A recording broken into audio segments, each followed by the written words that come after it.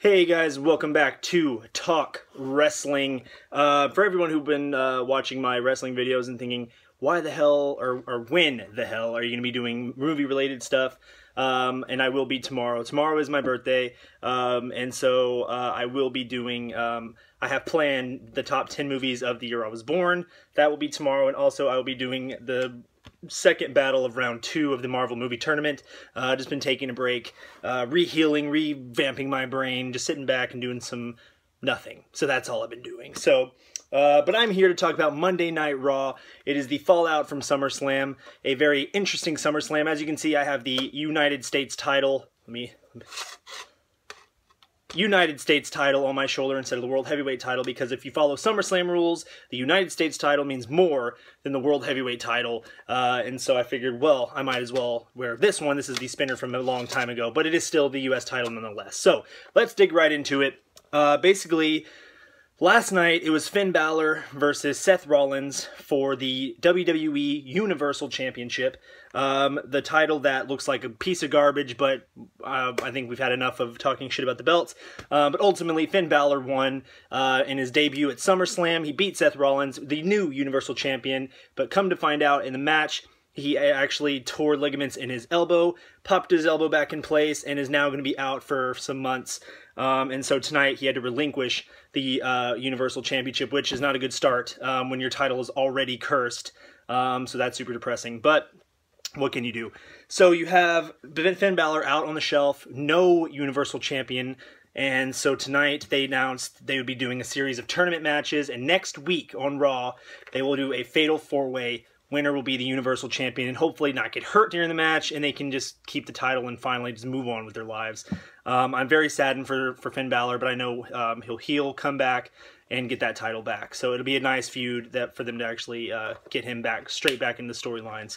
But ultimately, you had the first match, which was Seth Rollins versus Sami Zayn, and we all knew what was going to happen. Poor Sami Zayn, we knew he wasn't going to get that win.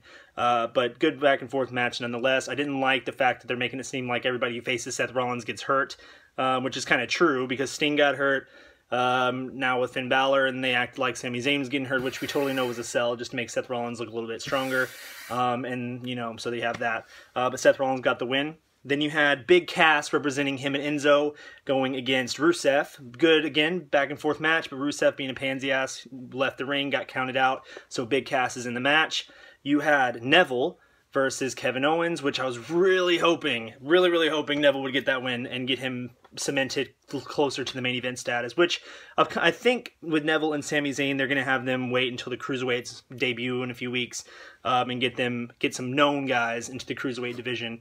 Which is cool and all, but I feel bad for them because they deserve a little bit better. So you have that. And then the last match was Chris Jericho versus Roman Reigns in a very, very good match. People still giving Roman shit, which is expected, but Roman ended up pulling out the win against Chris Jericho. So ultimately, next week, Universal Championship, you have Roman Reigns versus Kevin Owens versus Big Cass, which is, I think, their test to see how he handles the main event, which I'm cool with. I like Big Cass. He needs to work on Mike a little bit, but that's what Enzo's there for. So maybe both of them, instead of being a tag team who win tag team titles, they're a tag team who win singles titles, which would be a neat concept. So this is Big Cass's big shot in the finals. And then you have Seth Rollins, which ultimately I think next week we will have a Seth Rollins victory party. Maybe Rusev will screw. This is what I imagine happening. I'm imagining Rusev screwing Roman to continue their feud. I imagine Chris Jericho getting pissed at Kevin Owens like, oh, you didn't help me win, so that'll start a feud with them. And then maybe, I don't know, who the hell, something will happen with Big Cass, and then Seth Rollins will get the win. So I think that's what that'll end up being. So ultimately, I think your new Universal Champion next week will be Seth Rollins, but that's about it. Nothing really else extravagant happened. Oh, Bayley debuted, finally, you know, with Sasha going to be out for the next month or so.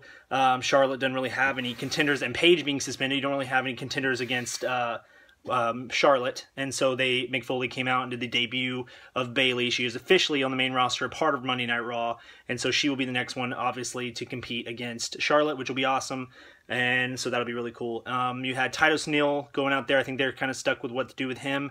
They announced next week will be Sheamus versus Cesaro in match number 2 of their best-of-7 series, which I hope actually has a good payoff. Maybe one of them actually fights for the Universal title.